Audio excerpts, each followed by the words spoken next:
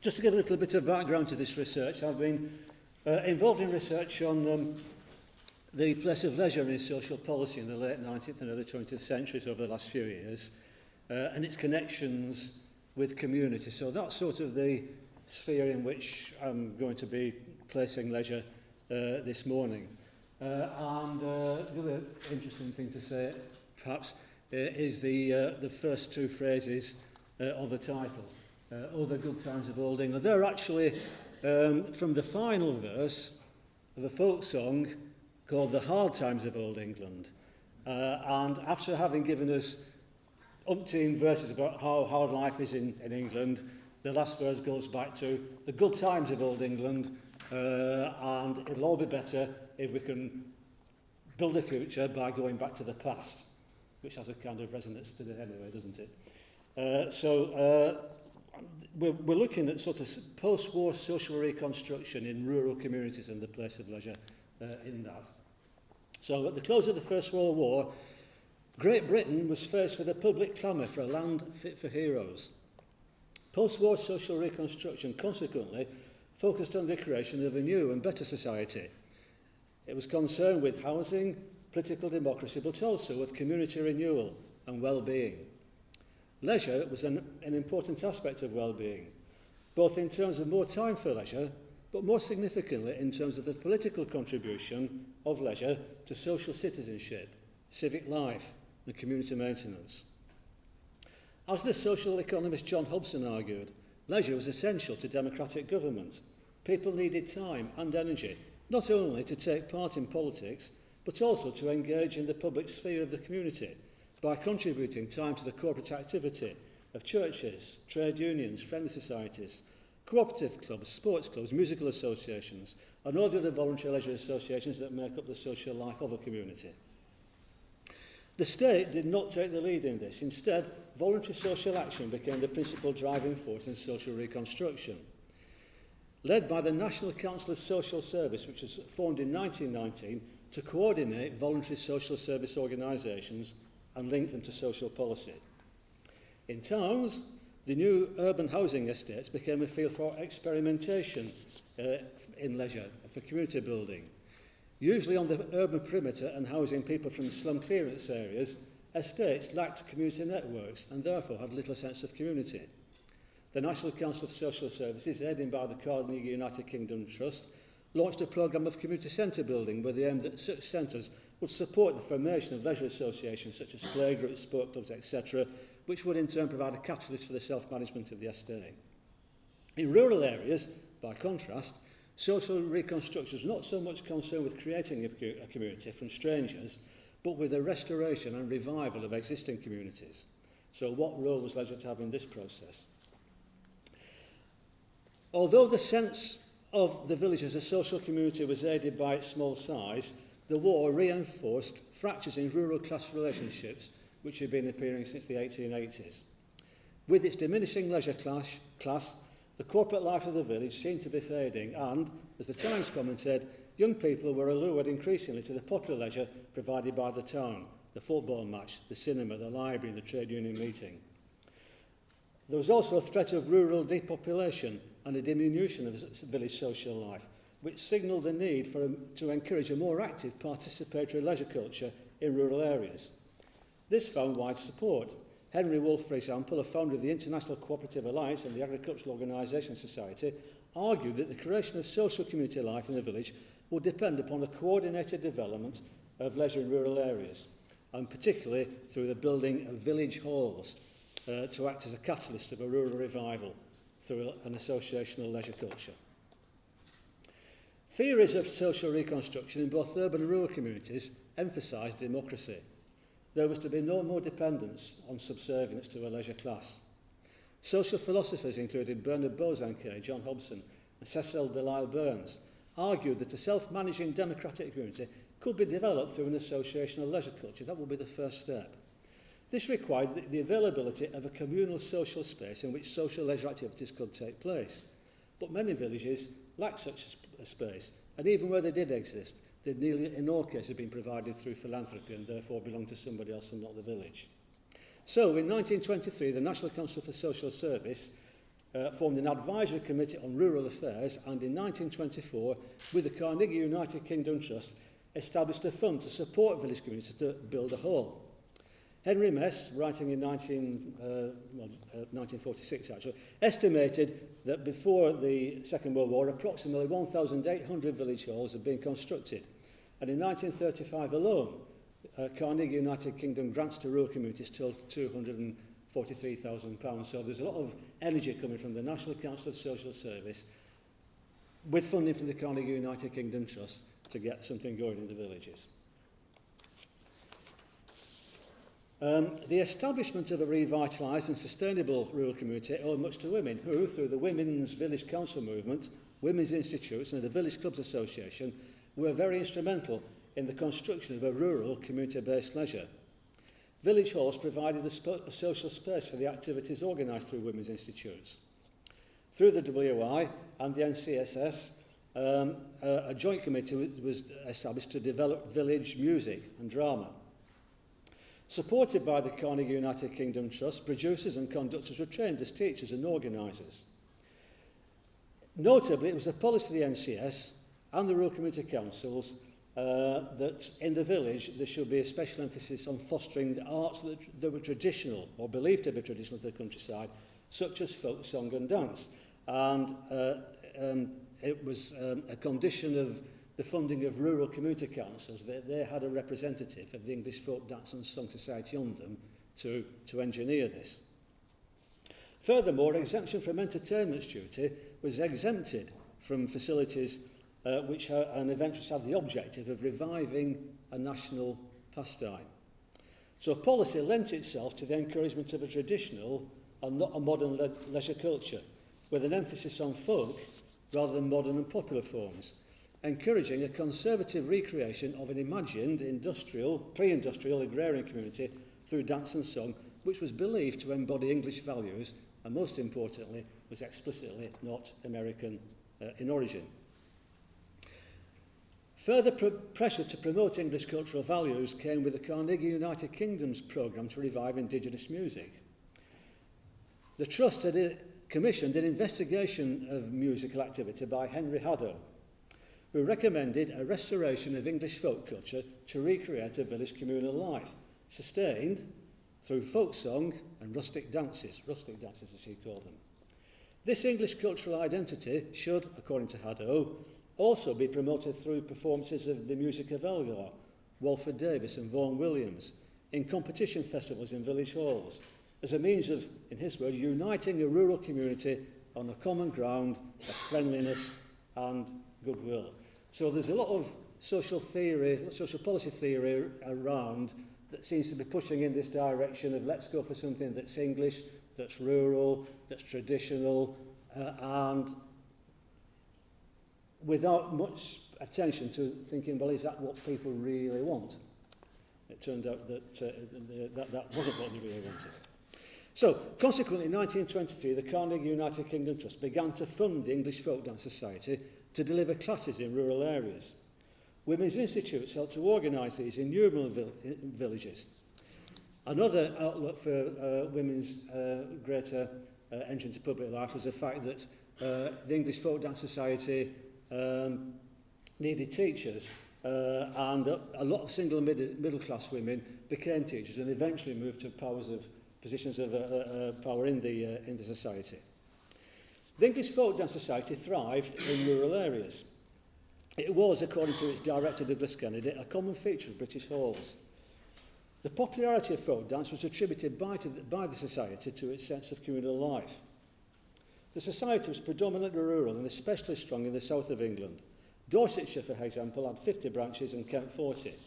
Lancashire North had 4 and Sheffield 2, so it's certainly got this sort of southern England emphasis. To Cecil Sharp, who had spearheaded the folk dance revival, folk dance was an inherently cultural form and linked to identity. Krishan Kumar has suggested that in the interwar period, ideas of Englishness became less nationalist and more retrospective in character, and the positioning of folk dance at the centre of a revived village culture corresponds with this, embodying both a retreat from pre-war national jingoism, because it wasn't like that, and a revived form of cultural Englishness as an antidote to a popular culture increasingly influenced by American forms. Now, Cecil Sharp hated jazz. He criticised its merciless tom-tom rhythm. He was critical, and this is after the first, of its Negro influences, so there's an element of, deep element of racism here. It had emanated from a black culture of America, whereas the roots of folk dance were fixed in the real England of the countryside. Its rural associations served to separate it from the urban dancehall, with both Sharp and Douglas Kennedy arguing that, as English folk dance had, as they thought, emerged from English yeoman stock, it was, quote, peculiarly suited to the conditions of village life. Now, this is a big kind of cultural assumption, and a mistaken one, as we'll find out. So, the advocacy of folk dance as a leisure form, particularly appropriate to a village hall, associated the building with a cultural significance that did not reflect contemporary cultural patterns. Instead, it remained a construction of an imagined past, as, since the arrival of the railway in the countryside, urban musical culture, in the form of the music hall songs and popular commercial music, had largely displaced any pre-existing oral tradition.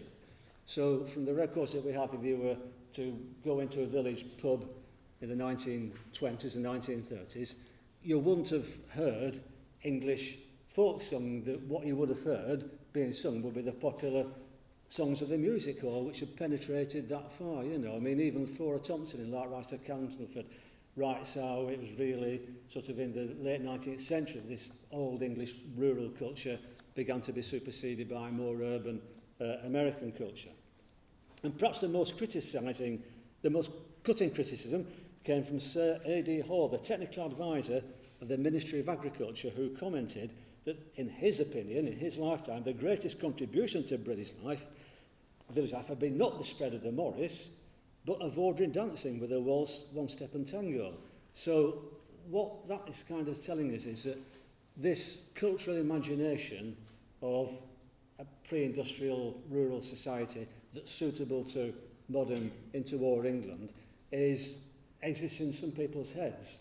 And there's not any real empirical evidence to suggest that that's what people really want. You know, otherwise, why were they leaving the village to go to the cinema in the town and to the dance hall in the town?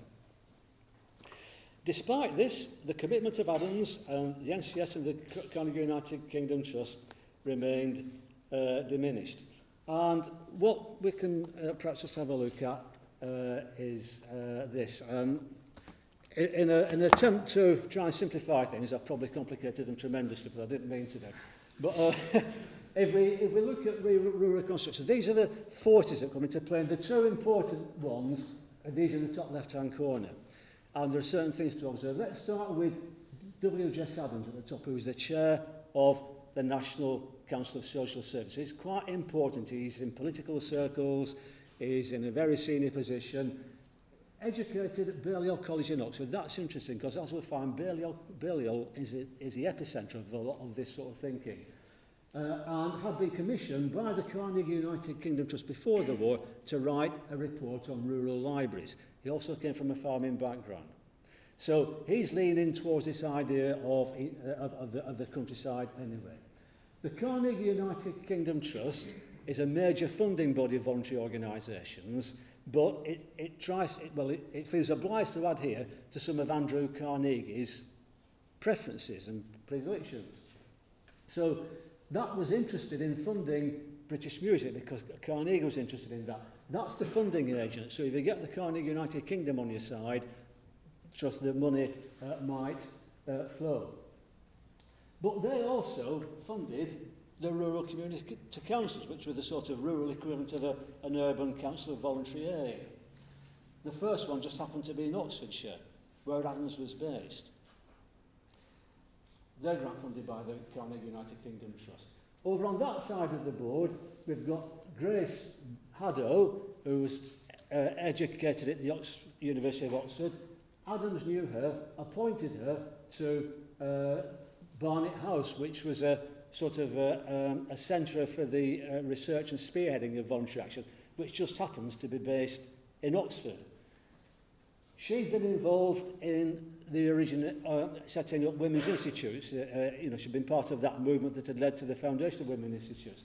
So, which, although not specifically rural, did have possibly a much greater impact in rural areas than it did in urban areas. So this Oxford connection with the NCSS, and then finally Henry Haddo, who produced the Carnegie United Kingdom Trust Fund on music, is her brother.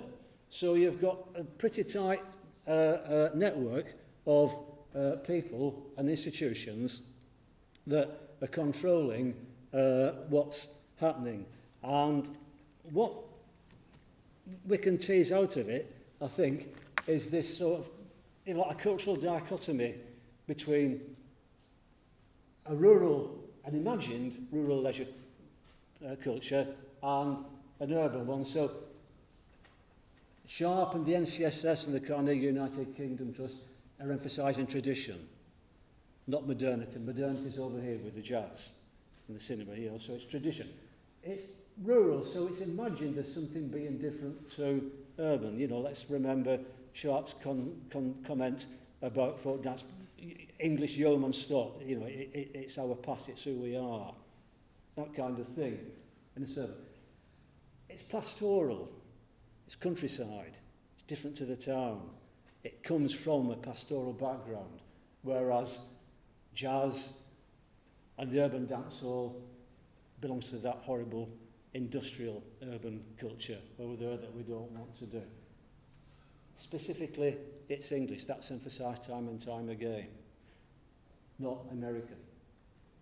And it's believed by Sharp and the Folk Dance Society to be authentic, which it wasn't, but that's how they believe it. They think it's part of an authentic culture, whereas, in essence, it's manufactured. So that seems to be what's going on.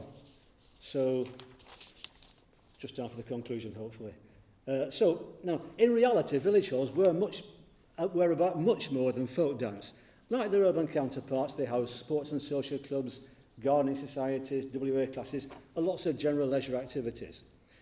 In the villages, there were plenty of opportunities for male sociability in the pub.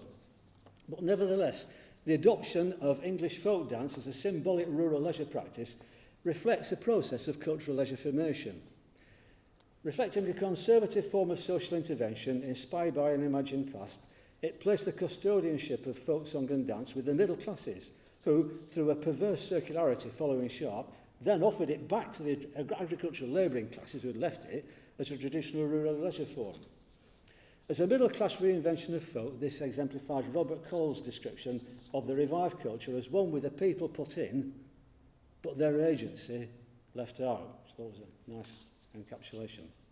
Rather than a shared democratic culture, it was shaped by the subtle workings of a rural leisure class, as much institutional as individual in composition.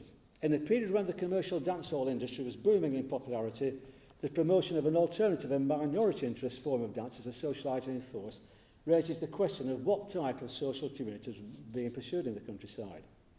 In urban England, the rhetorical focus of voluntary social service was on democratic self-management, no leisure class, and a repudiation of paternalism of any kind. In contrast, the function of leisure as an agent of social change in interwar rural England appears to be not to have been to emphasise a democratic community, nor, except for a small number of women organisers, to develop skills in social citizenship, but through an imagined English leisure culture to retain a status quo in social relations and cultural practice. Thank you.